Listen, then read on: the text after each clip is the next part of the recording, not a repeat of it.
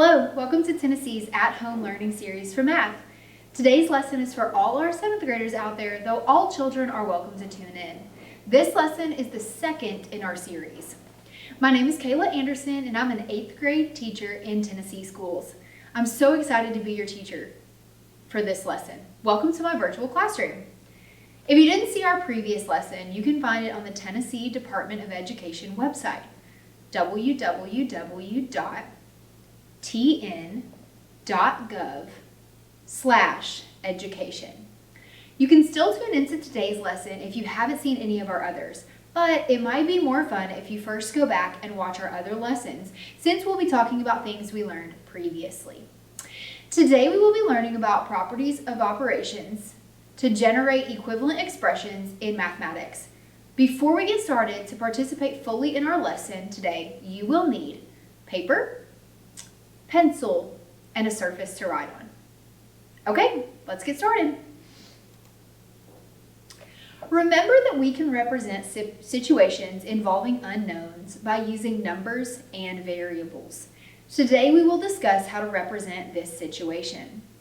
Tyler and Amy are both given an envelope containing 2 quadrilaterals and 2 triangles. The teacher asks them to write an expression that represents the total number of sides in their envelopes. Use T for the number of triangles and Q for the number of quadrilaterals. Okay, let's write some of this down and let's think about the information we've been given and what our best approach is. So first of all, a vocabulary word that was referenced and that we did talk about in our last video was variable.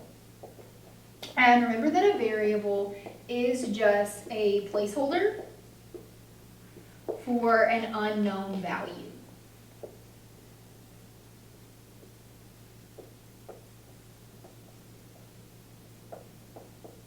Traditionally, typically we use letters to represent variables, so we could use X or Y or M. And if you need to know a little bit more about variables, we did talk about that in our last video. So again, the situation that we've been asked to talk about right now is that Tyler and Amy have an envelope. Each of them has 2 quadrilaterals, like the ones that I have here, and 2 triangles.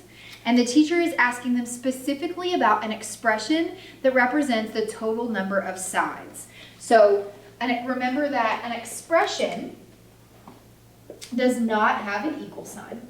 So we need an expression to represent the total number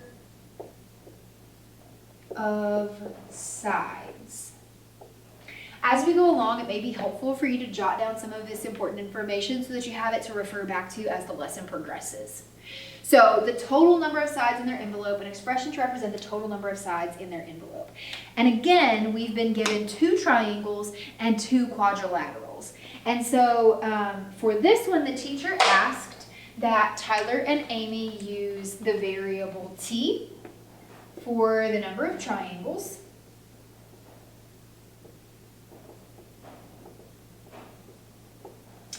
And the teacher also asked, let me switch colors here, that they use Q for the number of quadrilaterals.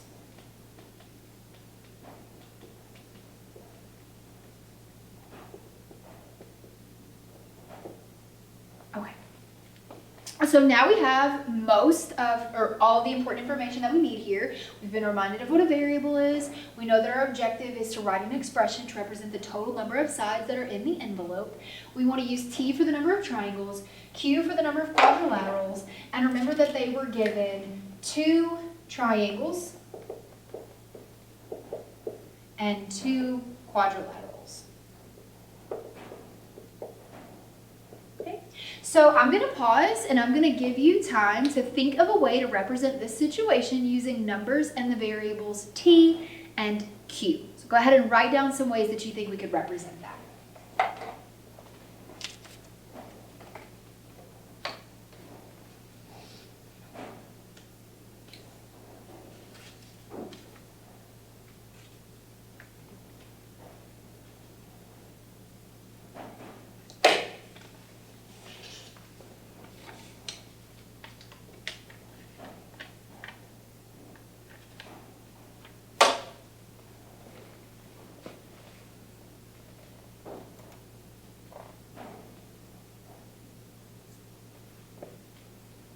Okay, so I hope that you came up with some expressions to represent the total number of sides here. While you were working, I did go ahead and clip up 2 triangles and 2 quadrilaterals so that we would have them to refer to as we think about our sides that we've been given here.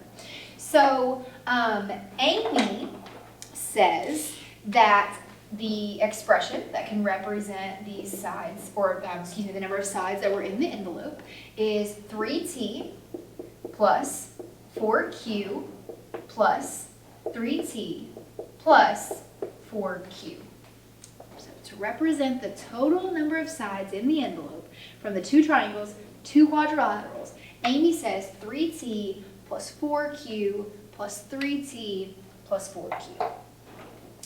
Tyler says that the expression to represent the total number of sides in the envelope is 6t plus 8q. Amy, Tyler. What I want to know is which of them is correct and why. I'll give you time to think about that and justify your reasoning.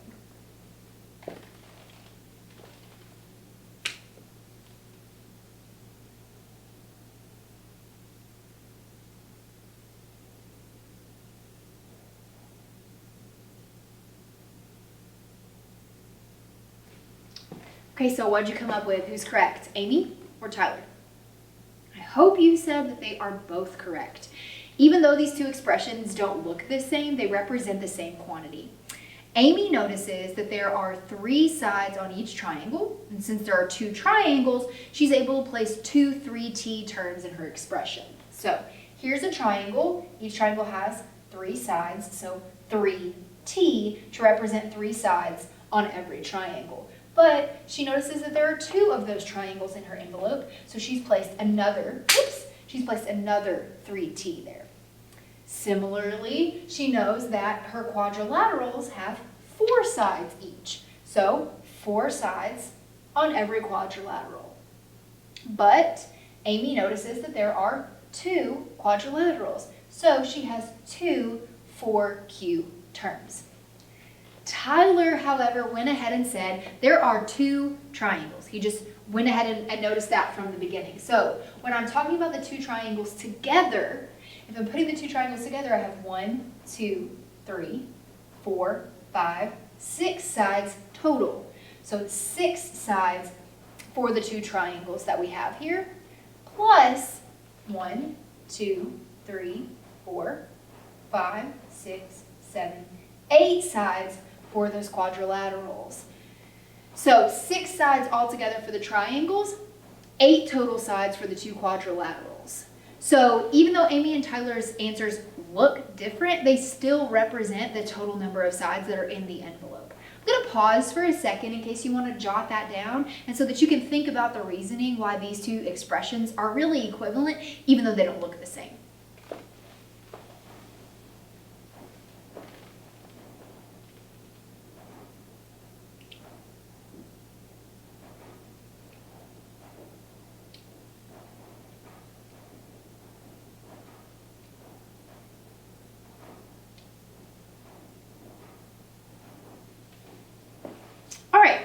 Now what I'd like for you to do is to think of another way to describe the total number of sides that have been given in the envelope. So another way other than Amy's and Tyler's expressions, think of another way to describe the total number of sides that are in the envelopes. I'll pause for a second while you think about that.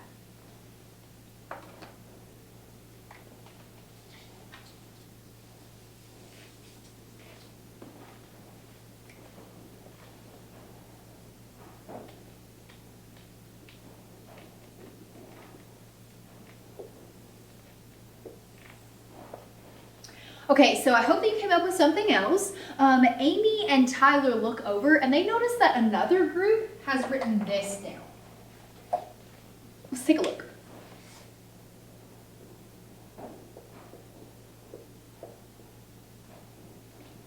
Amy and Tyler notice that another group has written 2, open parentheses, 3t plus 4q, and then closed parentheses.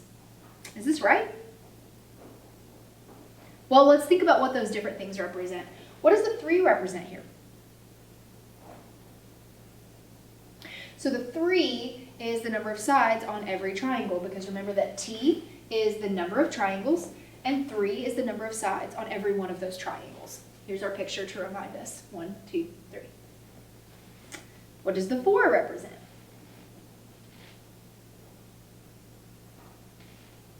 So the 4 is the number of sides on every quadrilateral. Remember that Q here is the number of quadrilaterals, and you can see that there are 4 sides on every one of those quadrilaterals. So the 3 makes sense, 3 sides on every triangle. The 4 makes sense, 4 sides on every quadrilateral. So what about the 2?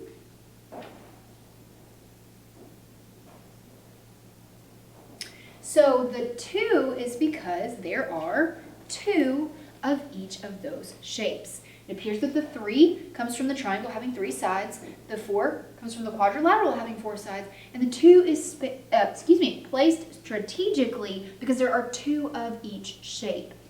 Why does it make a difference that the 2 is on the outside of those parentheses? You'll notice that I said it was placed strategically. It is placed strategically. It's on the outside of those parentheses. And the reason that that matters is because there are not just 2 of the triangles or just 2 of the quadrilaterals, but there are 2 of each of those. And so this 2 is on the outside of the parentheses to show us that we have 2 of everything in here. We have 2 triangles with 3 sides on every one. And we have 2 of some number of quadrilaterals with 4 sides on every one of those. So that 2 is placed strategically outside of those parentheses. But how can you prove, not just say, but prove that all 3 of these expressions are actually equivalent to one another? Think of how you would prove that to someone.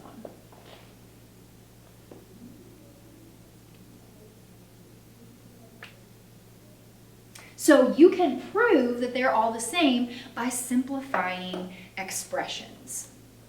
So let's substitute or replace for T and Q in each one of these expressions. And if all these expressions are equivalent when we've done our substituting, then they should all result in the same number. So we're going to choose a number for T and a number for Q, and we're going to determine if the expressions are actually equivalent or not. So I'm just going to pick some numbers. You could use different numbers if you would like to, but for our purposes here to prove this, I'm going to assume that we have 8 triangles and that we have 10 quadrilaterals.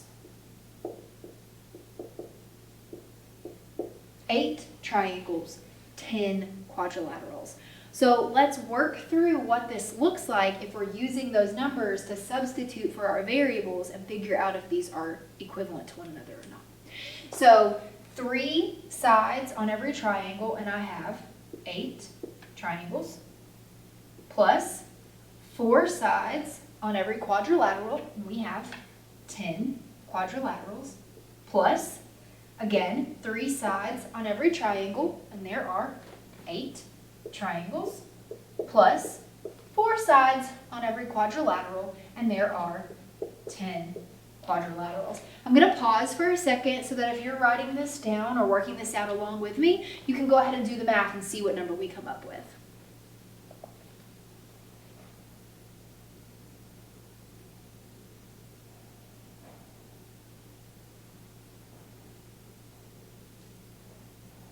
Okay, so if you've had an opportunity to do the math, 3 times 8 is 24, plus 4 times 10, which is 40, plus 3 times 8, which is 24, plus 4 times 10, which is 40.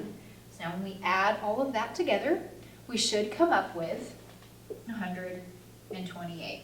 So using Amy's expression and substituting 8 in place of triangles and 10 in place of quadrilaterals, we come up with 128.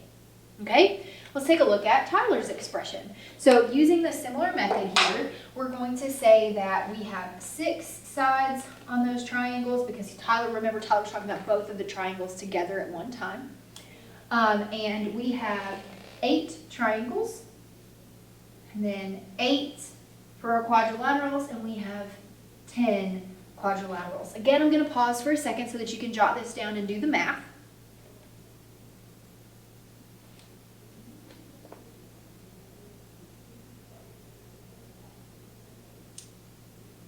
Okay, so hope you've had a chance to do the math. 6 times 8 is 48, and 8 times 10 is 80. Adding those together, we also get 128 using Tyler's expression. Great. So now we have to think about this other group that Amy and Tyler saw and see whether their expression is equivalent or not.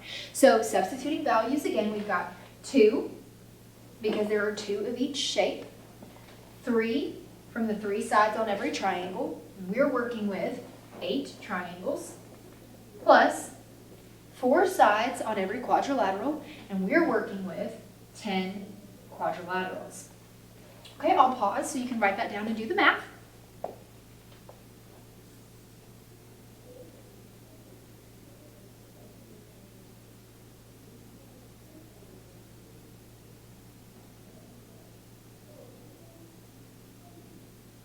All right, so doing the math, we get 2 times 3 times 8, 24, plus 4 times 10, 40. Okay, adding inside those parentheses, 24 plus 40 is 64. And then 2 times 64 is 128. So all of the expressions are equivalent because we got 128 for each of them when we substituted those values. Awesome. Is there another way for us to determine equivalence? Other than taking these numbers that we came up with and substituting them into in place of the variables, is there another way for us to determine equivalence? I'll pause while you think about it.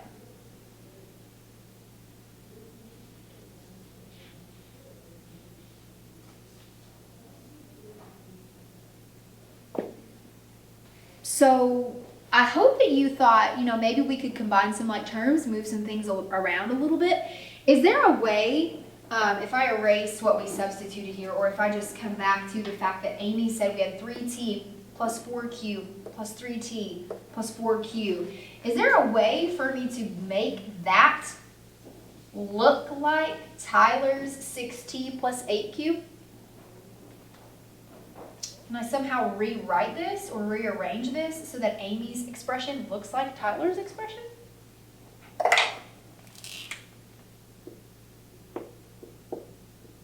Clean that up a little bit.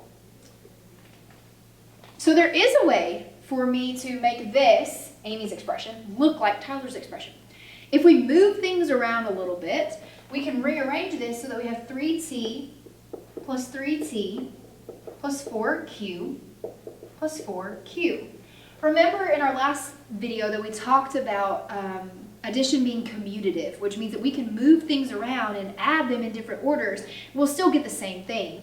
So if I rearrange this a little bit and put my terms with t's together, put my terms with q's together, and then combine like terms, I see that I have 3t's plus 3 more t's, which is 6t plus 4 q's, and then 4 more q's, which is 8q. So by rearranging Amy's expression and combining like terms, I can get Amy's expression to look like Tyler's expression. And so we can see that that's another way to show that these are equivalent to one another. Okay, so great. We've rearranged Amy's. We know that Amy's looks like 6t plus 8q, which looks like Tyler's 6t plus 8q. But if we're still trying to prove equivalence this way, is there another way for me to rewrite this 2 times 3t plus 4q so that it also looks like Amy's and Tyler's expressions? I'll let you think about that for a second.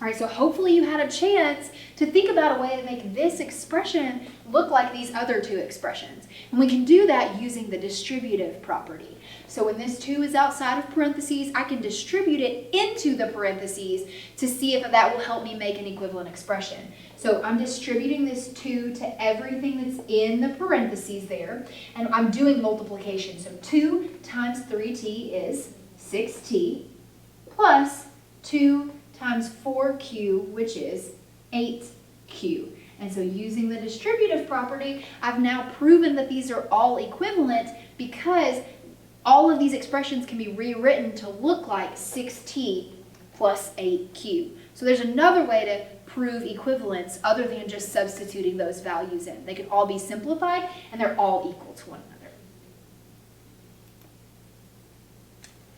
All right, awesome job. So good work on that. Today we saw how even though expressions can look different, they're actually the same. To go back and refresh your memory a little bit, remember that an expression does not have an equal sign, but an equation does. And so everything that we worked with today was an expression because none of them had equal signs. We talked about even though they looked different, they're actually equivalent to one another. The first method that we used was by choosing values, 8 triangles and 10 quadrilaterals, and we took those numbers, we substituted them in place of the variables, and we figured out that when we do that substitution method, Amy, Tyler, and this other group's method all equaled 128, and so that proved our equivalence there. Another way was for us to try to rewrite these expressions so that they all looked the same. So with Amy's, we rewrote so that our like terms were together, and then we combined like terms and got 6t plus 8q. For Tyler had already seen 6t plus 8q, so those were equivalent to one another. And then for this other method, we used the distributive property with multiplication and came up with 6t plus 8q. I hope that you're able to make the connections, and thank you so much for helping Amy and Tyler out. You sure did a great job. Now, after the video is over, there is some independent practice that you can access, and you can work on that on your own. I hope that you do well on that. We can go ahead and take a look at that and kind of get started on it together just for a second if you want to go ahead and copy some of this down. That way you can get some feedback on the independent practice while we're still together on the video.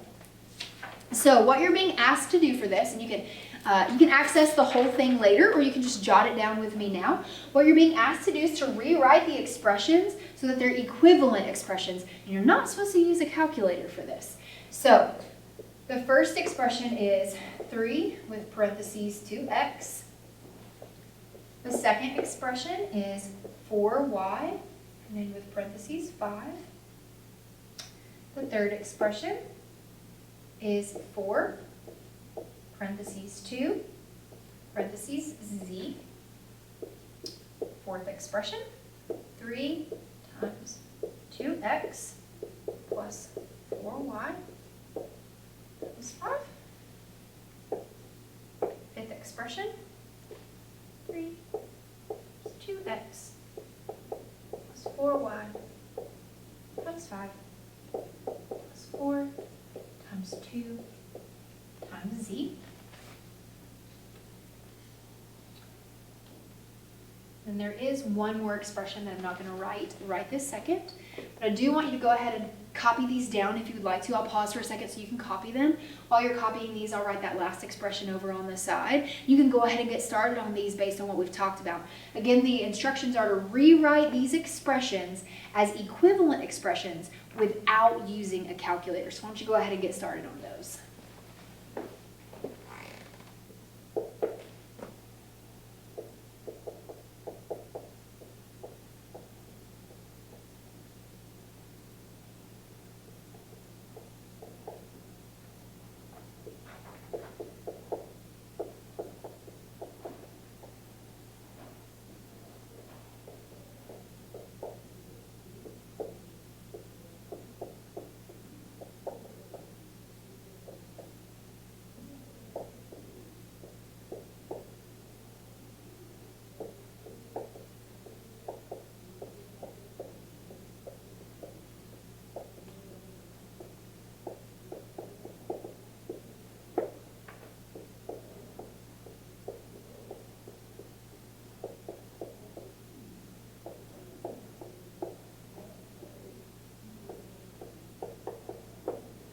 So there's your last question there about equivalent expressions.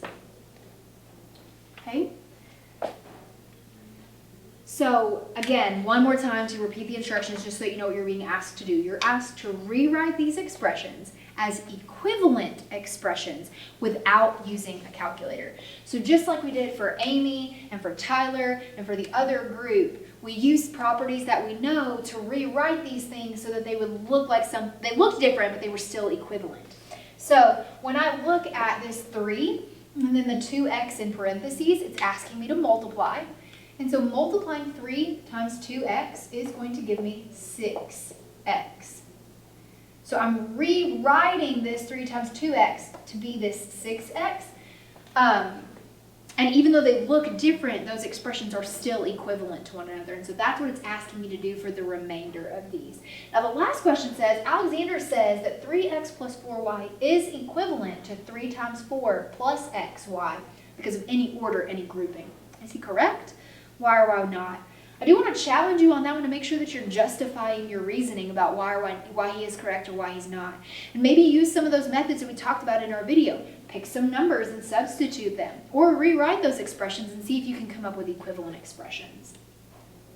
And again, you can copy this down here, or this will also be available to you to practice with after the video. Okay? So, guys, I really enjoyed doing some mathematics with you today. Thank you for inviting me into your home. I really look forward to seeing you in our next lesson in Tennessee's At Home Learning series. Bye!